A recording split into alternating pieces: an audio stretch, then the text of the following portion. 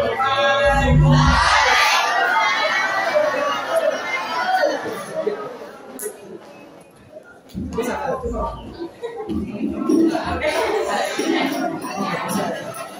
Bismillahirrahmanirrahim. Alhamdulillahirabbil alamin.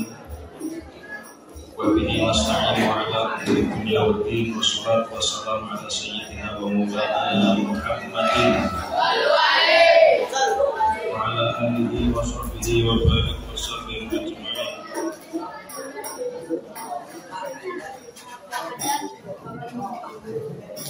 Subhanaka la ilma illa ma 'allamtana innaka antal alimul hakim.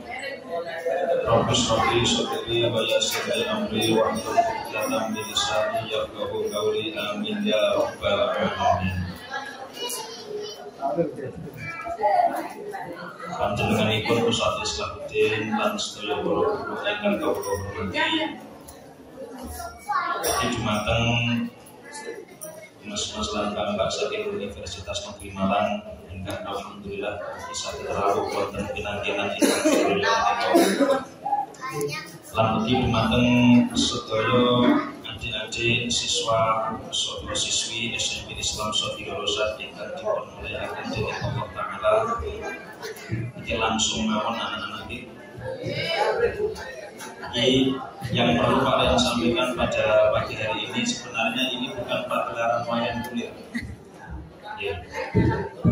Karena nanti kalau misalnya kita mau main wayang kulit dengan betul-betul sempurna ya, itu banyak hal yang harus kita siapkan buat namu wayang mau anak-anak. Nanti akan ada slide tentang beberapa hal yang perlu kita siapkan seandainya kita mau main wayang kulit beneran. Jadi hari ini kita sifatnya cuma perkenalan dulu. Makanya nuwun sewu Ustaz Hermi kalau ini sancang terparian-parian besok dalam gitu kita langsung jawab wani piro. Karena gini anak-anak ya, sekedar kita tahu saja, karena kalau kita memang betul-betul main pagelaran wayang kulit itu paling enggak, kalau saya tahu di Kota Malang ya, Kota Malang ini paling enggak bandrol untuk kita main wayang kulit yang beneran itu kurang lebih sekitar 70 juta, itu paling minim. Paling kurang dalamnya dalam lokal. Kalau kita mainnya agak profesional, misalnya Monsewu kita undang dalang-dalang yang memang top. Contohnya kalau di Malang ada Ki Ardi, kalau dulu di Jogja ada almarhum Ki Seno, itu paling enggak ya sekitar 150 juta baru main. Dan wayangnya wayang kulit, ini wayang kardus juga saat ini. Niki yang ada di depan anak-anak semuanya niki nuwun sewu niki wayang kardus bukan wayang kulit. Ya, tadi saya ngomongan sama Mas Rama, Mas Agama, Mas kalau wayang kulit beneran, misalnya kalau kita beli yang model Wakudoro, minta tolong diambil yang Wakudoro. Reza minta tolong Wakudoronya diambil. Sing paling galak dewe, sing buru dewe. Nah. Ini anak-anak, ini wayang yang biasanya sering dimainkan dan menjadi idolanya para dalang. Ini namanya Wakudoro atau kita kenal dengan sebutan Bima, atau kita juga sebut dengan istilah Brontoseno. Jadi Brontoseno itu jenenge kopi. Oke. Karena jenenge kopi Brontoseno, tapi Brontoseno itu sebenarnya adalah wayang dari Bima, anak kedua dari Prabu Pandu Dewanoto, yang terkenal di dalam wayang itu Monsewu yang menjadi pembunuh dari Prabu. Siapa ada yang tahu? Prabu Siliwangi ya. Prabu siapa? Prabu Dulu. Prabu Siliwangi. Oleh kerajaan Pajajaran. Nah, oke, ini nanti akan varian bahas satu persatu. Cuma kita yang penting kita tahu terlebih dahulu tentang sejarah wayang kulit itu bagaimana. Dulu awal mula ada wayang kulit ini bagaimana, nanti akan kita bahas satu persatu. Ya, monggo slide-nya diganti. Pengertian secara umum. Betul-betul situ. Jadi kalau usahakan berarti action seperti itu. Kalau tahu begini. Lesin bawa sing pundi. Ambilkan bisa, ya. Silakan. Sing pundi sing kok iki keparang ora iso kamu lakukan.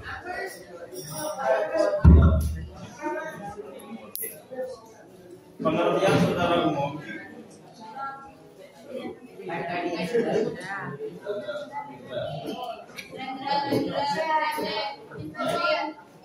Gimana sih Ren?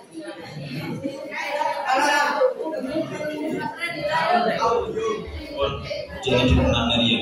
Wayang kulit adalah seni tradisional yang berkembang di Jawa ya. Berasal dari kata mahyang. Asal mula kata-kata wayang itu dari kata-kata mahyang, yang artinya menuju kepada roh spiritual, dewa atau Tuhan yang Maha Esa. Jadi sebelum kita melangkah lebih jauh anak-anak, dulu aslinya wayang kulit itu asalnya dari India. Yang terpengaruh sama Nuwun Sewu, terpengaruh sama 3 dewa, kita sebut dengan namanya Dewa Trinitas. 3 dewa utama dari agama Hindu. Yang pertama ada Dewa Brahma, sang pencipta alam, menurut keyakinan orang Hindu. Yang kedua ada Dewa Wisnu, Wisnu, sebagai pemelihara alam, dan yang nomor 3 ada Dewa Siwa sebagai perusaha alam. 3 dewa ini dalam agama Hindu disebut sebagai Trinitas. 3 dewa utama. Nanti kalau dewa-dewa yang lain ada namanya dewa pengatur angin, namanya Dewa Bayu. Dewa yang Nuwun Sewu, yang mengatur lahirnya perempuan cantik yang gak cantik ada namanya Dewi Laksmi. Kalau dewa yang nanti mencabut nyawa ada namanya Batara Durga atau Dewa Durga, dan masih banyak lagi anak-anak. Yang mana kesemuanya itu menjadikan orang India atau orang Hindu India itu beragama politisme yang menyembah lebih dari 300 Tuhan dalam kepercayaan mereka. Kok tepuk tangan lah. Jadi jumlahnya Tuhannya orang Hindu itu ana 300. Iku lek nyembah ya ora iku. Jadi sing kepengin panas nanti nyembahnya kepada Dewa Matahari, Bathara Surya namanya. Nanti sing kepengin angin minta kepada Batara Bayu. Nanti cek panjang umur cek gak dikeremut sama di Batara Durga, nanti nyembahnya kepada Batara Durga. Walaupun pada akhirnya tetap ketam anak-anak. Apa itu ketam? Dan seterusnya. Nah, namun Nuwun Sewu, ketika wayang tadi sudah sampai ke tanah Jawa, lebih-lebih ketika Mbak Wali Songo ini sudah berhasil memasukkan kepercayaan Islam kepada orang-orang Jawa kala itu, maka wayang secara pakemnya tetap, tapi secara nilainya sudah berubah. Kalau dulu di dalam agama Hindu ada wayang yang tadi saya sampaikan tadi, ada wayang-wayang yang sifatnya dewa pengatur alam. Tapi kalau di Jawa ketika Islam sudah masuk, dirubah sama Sunan Kalijogo, ada satu wayang yang wayangnya ada tapi nggak ada bentuknya. Wayangnya sering disebut tapi ininya nggak ada. Apa itu? Yang namanya Sang Hyang Wenang. Itu ono dek pentas tapi nggak ono wujud wayang. Secara tidak langsung ini menggambarkan bahwa sifatnya Allah itu salah satunya adalah muho lafatun lil hawadisi, tambah satu lagi kiyamu, tambah mana untuk penyempurna wahdaniyah kodrat. Jadi ada namanya wayang sing jenenge wayang Sang Hyang Wenang, ono pementasane tapi gak ono wayang, karena sekali lagi Nuwun Sewu dalam ketauhidan kita dalam Islam bahwasanya Allah Subhanahu wa taala memiliki sifat tapi gak bisa kita gambarkan dalam bentuk wujudnya makhluk. Ini ada pada zaman Sunan Kalijogo. Kalau dalam wayang agama Hindu itu tetap ceritanya ada Mahabharata sama Ramayana. Tapi ketika Ramayana ini sampai masuk ke Jawa, ketambah lagi Punokawan, ada Semar, Gareng, Petruk, Kalih, Bagong. Itu hanya ada di Jawa. Nah. Jadi kalau kita misalnya lihat wayang yang ada di negara India, nggak ono Punokawan itu betul-betul. Itu tambahan Sunan Kalijogo yang semuanya itu diambil dari nilai-nilai atau diambil dari keilmuan dalam keyakinan kita terhadap Islam. Oke, nanti akan ada pembahasannya sedikit.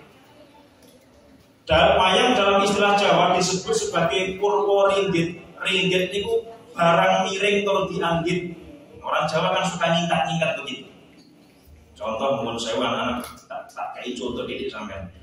Ono hitungan ya doso niku 10 kali doso 3 doso sekawan pas waktu 50 sebutannya bukan gansal doso tapi 50. 6 doso nggih boten nonton tapi langsung sudah mungkin kali malih 7 doso 8 doso 9 doso setunggal 100. Ada perkataan yang aneh di sini. Kenapa 50 sama 60-nya kok ada bahasanya sendiri?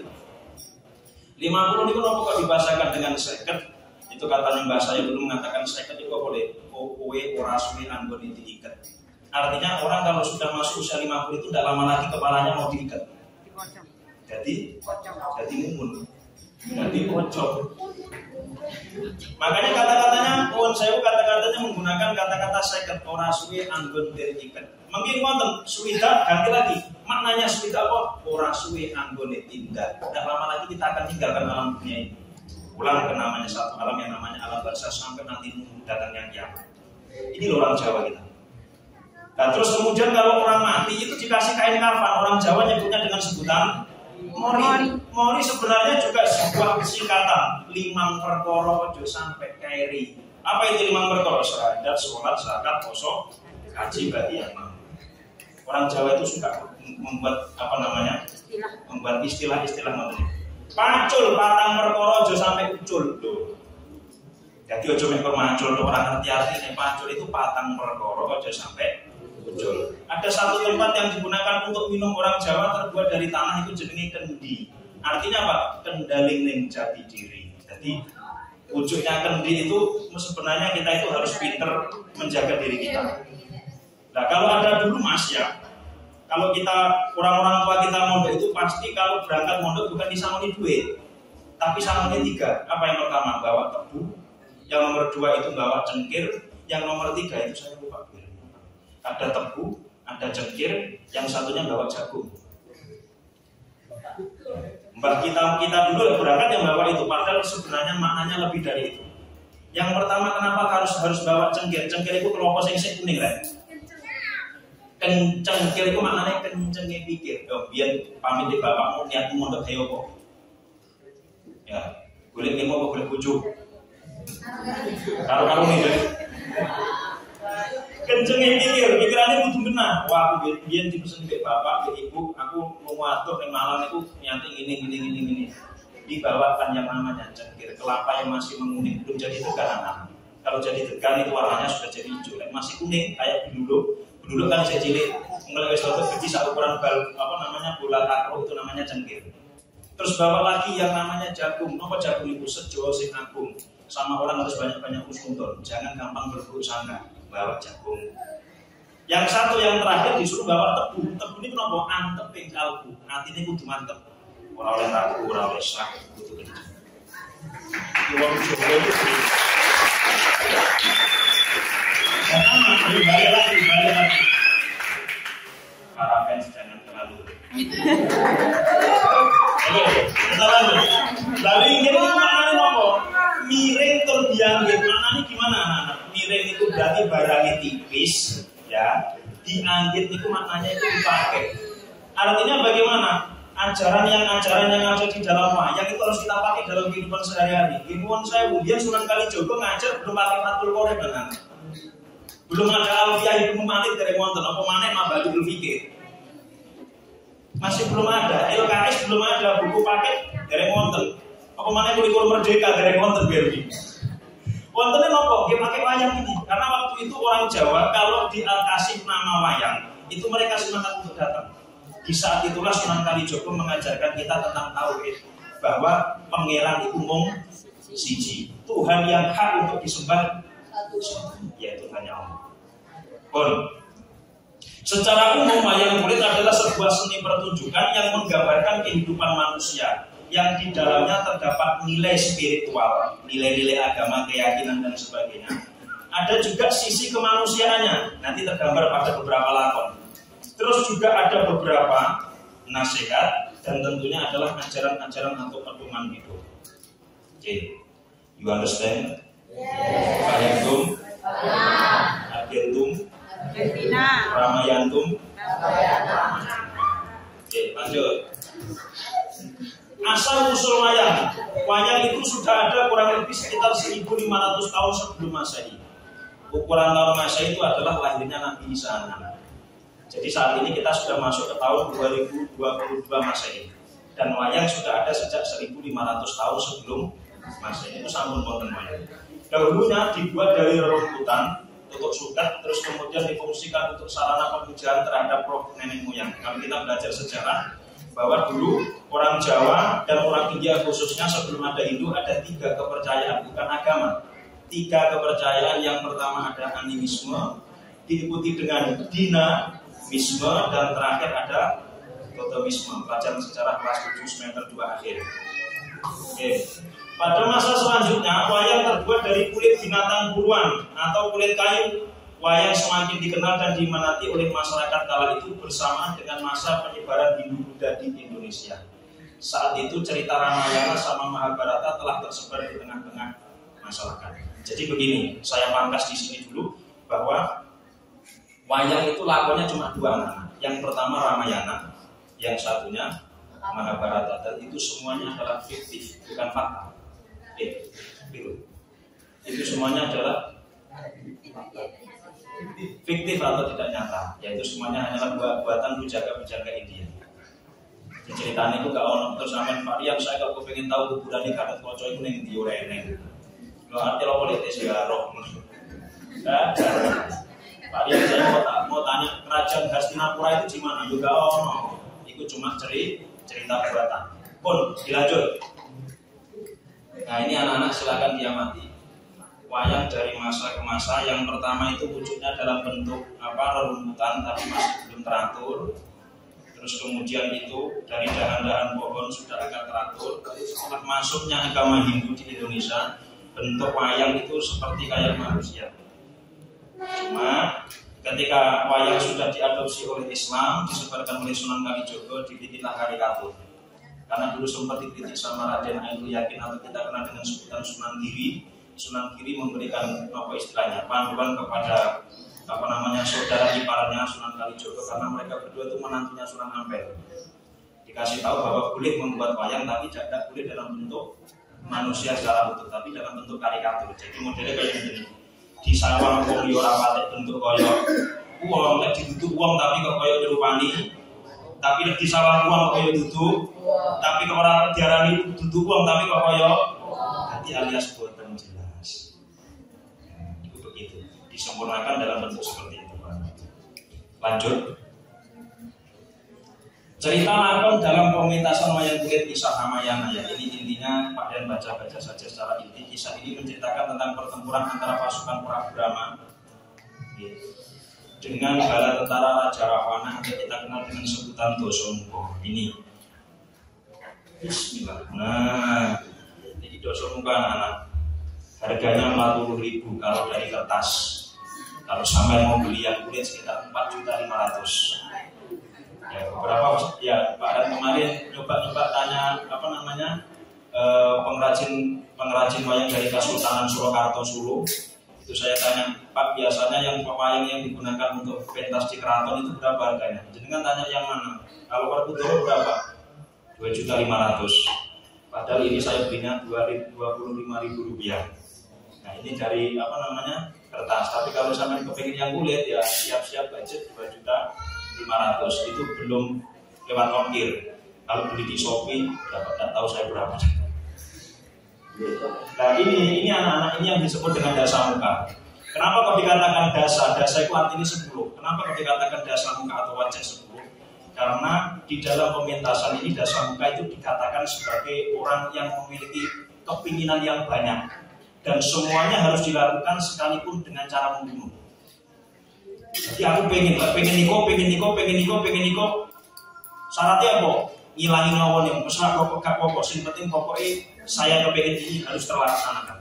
Saya kepengen itu harus diterima dan harus dikabulkan. Itu kenapa dalam wayang Jawa disebut sebagai dasa muka. Wajahnya 10 artinya nafsunya, kepenginannya, ingin menguasai ini itu dan sebagainya ini banyak.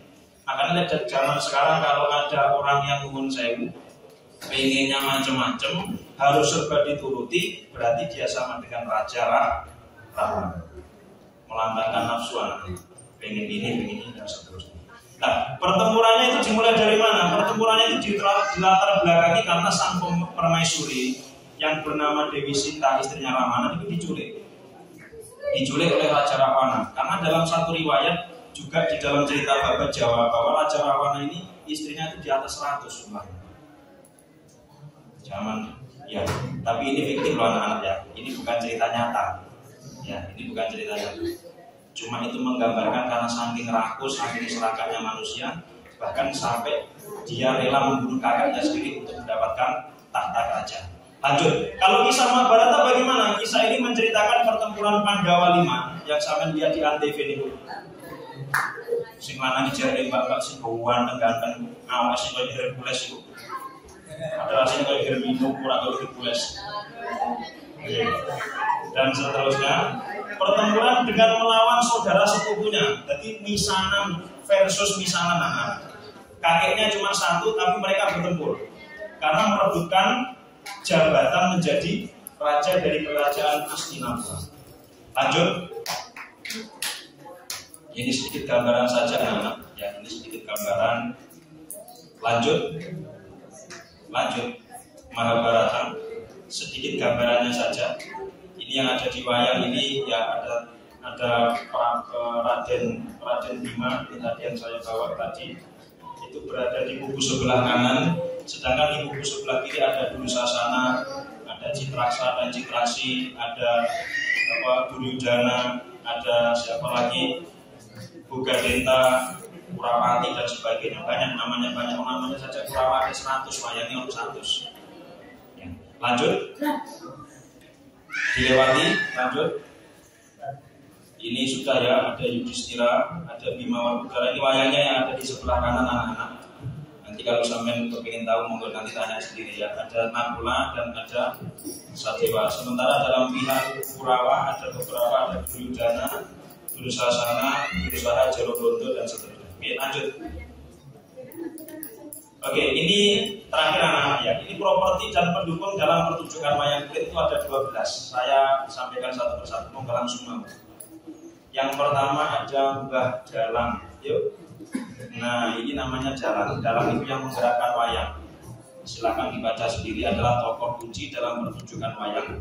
Jika seorang dalang adalah membawakan lakon pada tiap-tiap pentas pewayangan, baik itu Ramayana ataupun Kamapala. Penonton bisa memahami setiap alur cerita pada lakon pewayangan adalah dengan mendengar memahami percakapan pada tokoh wayang yang dibawahi oleh suara dalang. Lanjut dulu. Ada pengrawit anak-anak. Ini singgare wayang iku larang. Pengrawit itu yang membuat musik. Musiknya enggak ada satu. Iya. Oh ya, iya. Nanti aja musiknya. Jadi ono gunang, ono sarong, ono gender, ono kecapi, dan masih banyak lagi, ono gambang, ono suling. Apa dong? Oke. Sesama nafal kok saking gede dewi. Dilanjut. Ada sinden. Siapa yang mau jadi sinden? Daftar ke saya.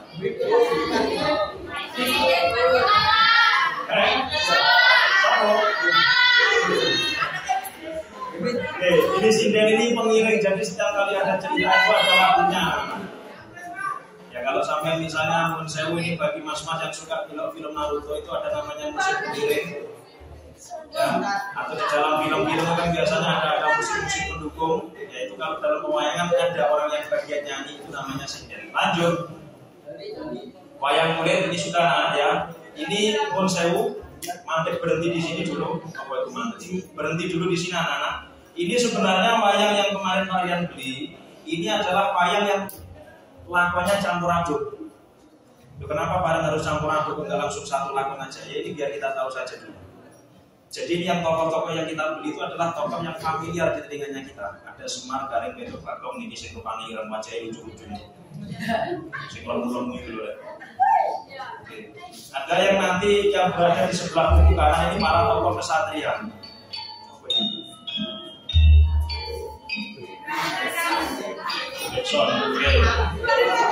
Terus kemudian anak-anak ini tadi kalian kenapa kok ini masangnya begini?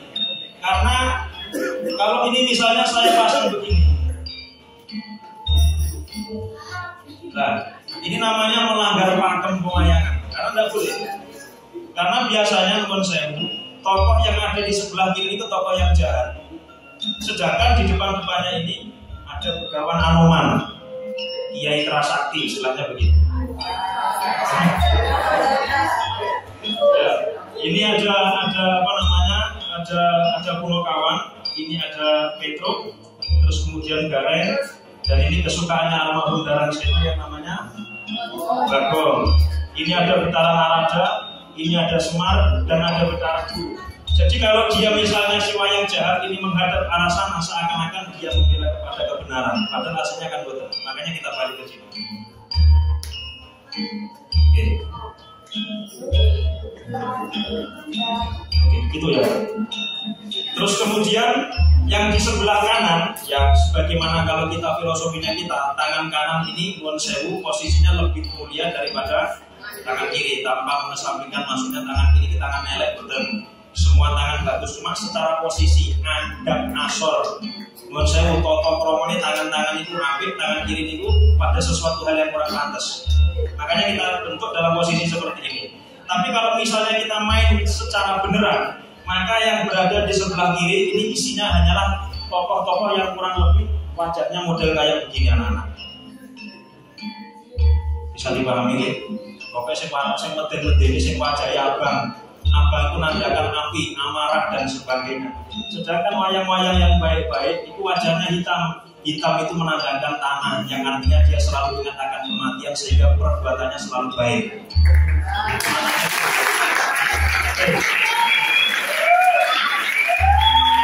Nah, kita kalau bisa lihat ini di wayang-wayang ini ya, kita lihat semua itu wajahnya hitam.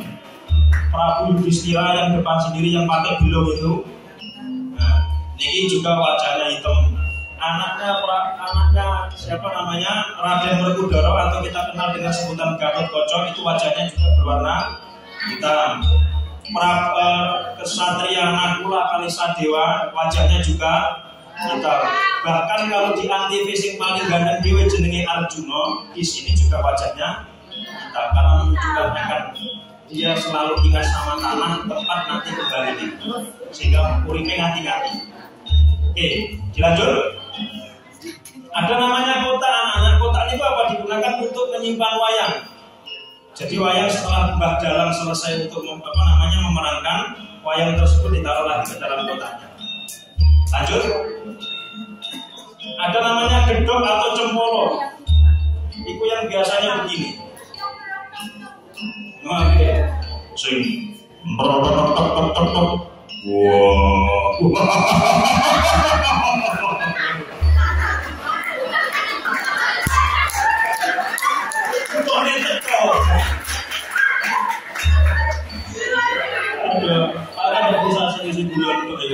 Intinya setiap kali ada gedok yang pindah suara, kalau mantap itu berarti tandanya koma.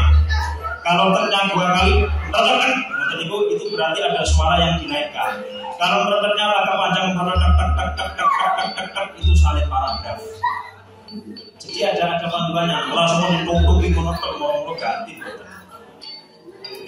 Contohnya kalau Raden Bima mau menyampaikan kepada kakandanya Bima itu di dalam maya yang paling tidak bisa bahasa Jawa halus. Loh, kenapa Pak kok nggak bisa bahasa Jawa? Padahal saudaranya bisa semua. Ini menunjukkan Bima itu orang yang jujur, orang yang polos sehingga omongannya nggak digawe-gawe. Ya, tadi ngomong Kakang Yudhistira, enggih bayi kula rayi Bima. Temuriki kula sampaikan bilih negara Ngastina arep diserang karo Prabu Duryudana. Aku bingung Kakang, piye sing badhe aku tak lakoni minangkani iki negara Ngastina arep diserang karo Duryudana. Tapi bukan ini wayangnya bukan ini lawan ceritanya, ini gandengnya karo Rama. Jadi ini gandengannya sama Ramayana, sedangkan yang Bima tadi gandeng ceritanya sama Ramayana. Sopo sing nesu. Bon, tadi gedok atau cempolo itu mainnya seperti itu, ditaruh di sebelah tangan kirinya Mbah Dalang. Dilanjut. Nah, masih jenenge keprak. Keprak itu nuwun sewu disalap teng mriki teng jempolan iki. Kalau kita biasanya dengar wayang biasa suara cing cing cing cing cing cing cing cing cing. Suaranya ya ora suaranya Pak Rian cing cing cing boten, cuma suaranya halus. Itu biasanya kalau permainan atau pertunjukan wayangnya itu mengarah kepada nasihat. Terus kados nuwun sewu. Nggih. Jenenge Begawan Eswoyo atau dikatakan oleh orang Jawa dengan sebutan Mbah Semar. Itu kalau nuturi anak-anak Semar, Petro, Bagong sama Gareng, itu nasihatnya Mbah Semar itu dengan diiringi dengan suara keprak biasanya. Aku iki PKP mulya ning isine jagat Dewa Bathara. Monggo saking sakmenika para putra-putraku ingkang tansah kawula tresnani ana Gareng, Petro kaliyan Bagong. Aku ingin donya niku tentrem. Biasane Semar niku wonten swara niku kedengaran. Tapi ngerti mboten kados ngeten kula niku wae. Iki lek ngene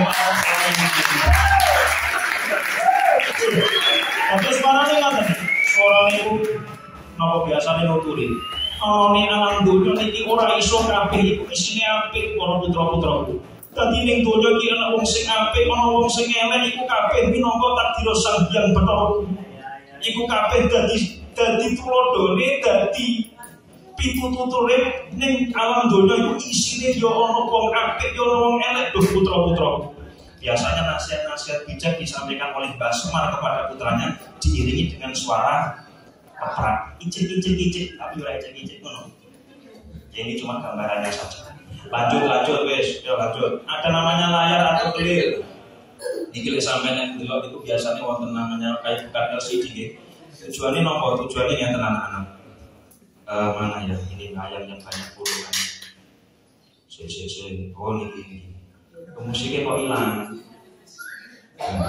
Iki sampeyan pegang minta tolong dulu. Iki sampeyan pegang dulu. Ini Raden Arjuna itu kok.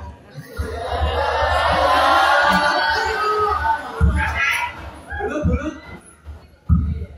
Nah, ini anak tujuannya apa? Kalau misalnya tujuannya adanya layar atau clear, kalau misalnya orang melihat di baliknya clear, misalnya ini wayangnya kan di sini, terus orang lihatnya dari belakang supaya kelihatan bagaimana ini fungsinya dikasih dari supaya ini. Nah, kan kita malah kelihatan bolong-bolongan ini. Ya ini ada apa ya? Ada bolongan. Jadi misalnya kalau sampai lihat dari balik layar tetap kelihatan wayangnya. Nah ini kelihatan gitu, ada bolong-bolongan ini. Tujuannya seperti itu. Bagi orang yang melihatnya melalui balik layar itu bisa nampak dengan bantuannya ini clear atau layar. Oke, lanjut. Ada debok, seperti debok apa orang? Wong Jawa orang ngerti debok mulai aja. Debok atau batang pisang ini tujuannya bukan apa-apa anak-anak, hanya difungsikan untuk menancapkan wayang. Tidak ada maksud lain. Jadi kalau misalnya Pak Rian, kita boleh nggak kalau nanti misalnya kita belajar wayang pakai styrofoam? Ya boleh, cuma nggak umum menurut. Boleh pakai styrofoam, boleh. Kalau misalnya Jepang nggak ada, boleh kita pakai yang lain. Cuma ya aneh, tahu? Betul kuat, boleh berarti nanti. Ya kalau misalnya saja, wayangnya cuma 2 kecil-kecil, monggo mau. Tapi jangan lanjut. Ada namanya belincong. Belincong apa ya? Belincong itu seperti kayak ini, tapi itu sebenarnya adalah lampu anak. Dulu zamannya sebelum ada listrik itu belincongnya pakai dimar. Ngerti dimar? Atau katanya orang Malang nyebutnya dengan kata-kata cempluk. Kalau di daerah saya orang-orang Mataraman sana nyebutnya pakai dimar. Kalau orang Malang cempluk. Apa bahasa profesional apa? Apa Pak Iman? Pemahaman apa Pak Iman? Damar. Damar lah itu 7.000 damar itu. Ya intinya begitu ya, dulu kayak ini loh, cempluk ya. Kalau orang Malang kita pakai bahasa Malang saja ya, pakai namanya cempluk. Supaya apa? Kalau nanti ada itu buat penerangan, nanti kalau kita melihat dari bawah baliknya clear atau baliknya layar tadi bisa kelihatan. Pun, lanjut. Nah ini contohnya begini anak-anak jadinya. Ini fungsinya belincong itu seperti itu tadi. Jadi ono kenaikan senter, kenaikan listrik. Jadi kalau kita lihat dari bawah balik layar tanpa harus lihat bah jalan, kita tetap bisa melihat pewayangan. Pun dilanjut. Tokoh-tokoh dalam pewayangan sebentar saja, agak cepat. Yang pertama, yuk. Ada Punokawan ya, Semar, Gareng, Petro, Bagong. Ya, ini hanya ada di Jawa, ini buatan Kasunan Kalijogo. Dilanjut, ada Pandoro Limo, ya Ya, ada yang paling kecil yang pakai gelungan di belakang itu namanya Prabu Yudhistira atau kita kenal juga dengan Puntadewa. Yang paling besar itu adalah Raden Werkudara atau Bima. Ya, kalau di dalam film Antv sing badannya paling gede dhewe, yang paling besar sendiri itu biasanya Bima. Terus di bawahnya lagi yang agak kecil itu Raden Arjuna yang ahli dalam memanah. Makanya kenapa kalau orang kita memanah itu kayak Arjuna, ya, karena diserupakan dengan ini. Terus yang terakhir ada Nangkula dan Sadewa. Ini wayangnya sudah lengkap semuanya. Ya, dilanjut. Ada Batara Guru. Batara Guru itu yang tangannya papat. Ini wayangnya. Nah, ini Batara Guru. Loh, kenapa Pak Rianto dan tangannya kok cuma diam kok nggak bisa digerakkan? Karena di dalam kahyangan, dalam keyakinannya orang Hindu, kahyangan itu adalah tempat untuk berkumpulnya para dewa. Kalau mungkin loh yang ngapunten, mungkin kita di Islam ada namanya Baitul Ma'mur. Bukan aras ya, bukan. Baitul Ma'mur, tempat di mana ketika Rasulullah berhasil Isra wal Mi'raj hingga sampai pertemuan perpisahan dengan malaikat Jibril. Alamnya para malaikat itu namanya Baitul Ma'mur. Tapi kalau orang Hindu nyebutnya dengan istilah kahyangan. Makanya kadang-kadang kalau ada orang baik tidak pernah melakukan dosa, tidak pernah membuat hati orang lain sakit, itu juga biasanya dikenali iku lho wong kahyangan udah di alam dunia. Karena saking bersihnya. Nah, Batara Guru itu tangannya nggak bisa gerak, artinya apa? Selalu dalam keadaan bertapa.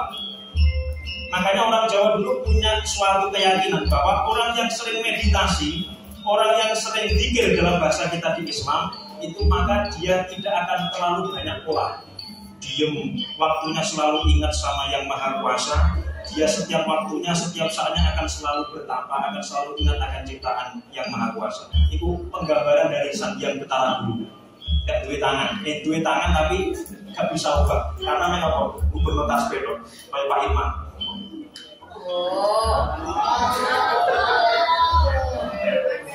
Oke, lanjut. Ada Bathara Narada ini sing bentuke kayak teko. Nah, ngarepuri belenduk kabeh. Bathara Narada itu kalau di kahyangan ini sebenarnya adalah kakak dari Batara Guru anak-anak.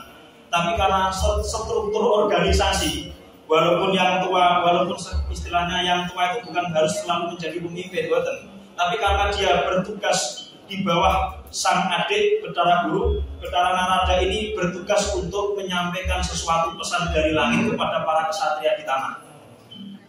Contohnya apa? Ceritanya Prabu Subali, kakaknya Sugriwa, mendapatkan satu buah ilmu yang sampean mungkin pernah dengar, ada namanya ilmu Pancasona. Itu yang ngasih ya Bathara Narada.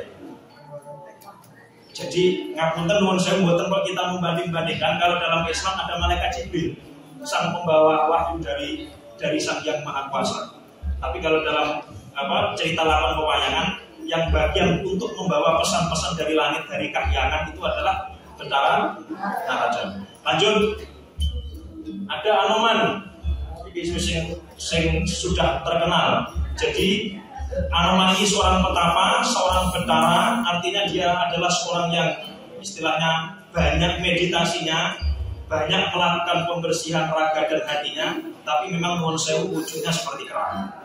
Jadi ini menggambarkan anak-anak, sebenarnya kita ini kalau melihat orang jangan lihat dari penampilan. Karena ada penampilannya yang nuwun sewu wujudnya seperti begini, tapi hatinya bersih. Ada pula yang wajahnya ganteng tapi penjahat. Contohnya siapa? Raden Indrajit, anaknya Ravana. Wajahnya ganteng, disukai banyak perempuan, tapi hobinya membunuh. Wajahnya ganteng. Tapi kalau Anoman enggak, wajahnya seperti kayak Sunggokong, tapi hatinya hati seorang mulia, seorang dewa. Lanjut. Ada Gatotkaca. Ini wayangnya Gatotkaca. Nah, Gatotkaca ini adalah anak kedua dari dari Raden Werkudara, anak yang nomor 2. Dari istrinya dari bangsa, maaf, kalau orang Jawa nyebutnya bangsa Buto, dari bangsa raksasa yang bernama Dewi Arimbi. Jadi keluarga besar dari ibu Raden Gatotkaca ini semuanya berasal dari raksasa semua, putra besar-besar semua. Dilanjut. Raja Rahwana atau Dasamuka, ini yang saya sebut tadi. Nah, ini kalau di dalam pewayangan pun saya menjadi guyur yang tertawanya kayak Pak Rian tadi. Karena kenapa kok ketawanya kok enak Pak Aryan? Ya karena memang dia perannya memang dia merasa yang paling kuat di bumi. Bahkan menurut Betara Surya dia adalah wayang yang gak akan pernah bisa mati. Ini menggambarkan anak bahwa setan dan iblis itu gak akan pernah bisa mati. Matinya nanti ketika hari kiamat. Dia disiksa oleh Allah sampai nanti ada di neraka selama-lamanya. Ini menggambarkan Rahwana, karena Rahwana di dalam pewayangan gak bisa mati. Pernah Prabu Sirama itu naik ke atas langit bertanya kepada sang Agni Betara Wisnu, "Loh, kenapa Rahwana kok gak bisa dimatikan?"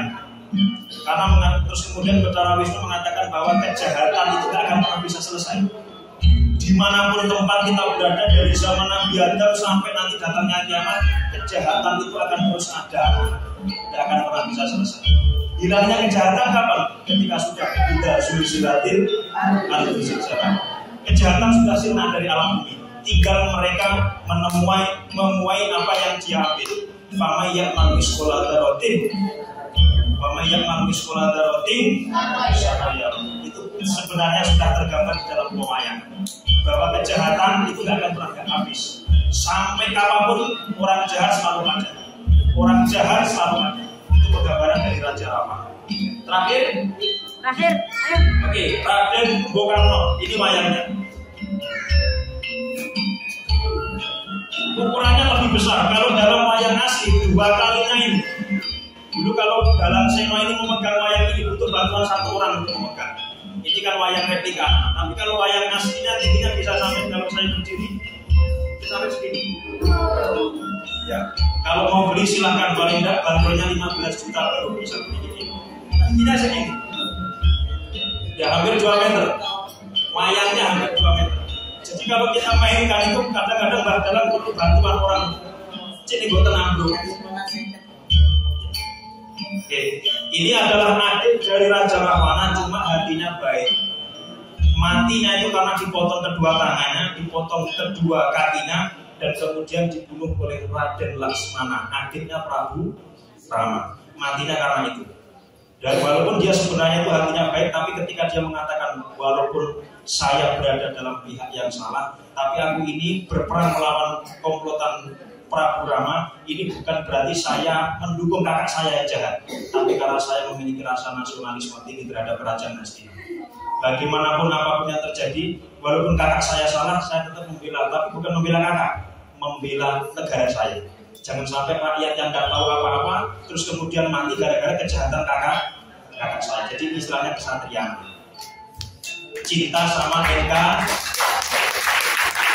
Oke, selesai. Sambung. Tambah satu lagi. Oh ya, terakhir. Nah ini gunungan. Ini modelnya gini, kalau kita balik begini. Nah ini yang biasanya dimainkan, digunakan untuk membuka pagelaran dan menutup pagelaran. Pak Rian, kenapa kok gambarnya yang depan santun, yang belakang kok berangasan? Ini kenapa? Ini menggambarkan bahwa dunia itu isinya 2 ini, anak. Yang satu kedamaian, dirupakan dalam bentuk suatu kerajaan yang damai, dilindungi sama 2 pengawal. Terus kemudian di atasnya tumbuh sebuah pohon yang besar, seakan-akan menaungi rakyat. Di situ ada hewan, ada nuwun sewu, ada bandeng, ada kerapindeng, ya. Nanti biasanya di sini ada macan, terus ini konco di sampean, ya. Ini konco di sampean benean ini. Sing biasanya benean ibu ibu, nah ini konco ini. Yang satunya ini melambangkan kejahatan, bahwa di dunia ini isinya ya ada kebaikan dan ada kejahatan. Assalamualaikum warahmatullahi wabarakatuh.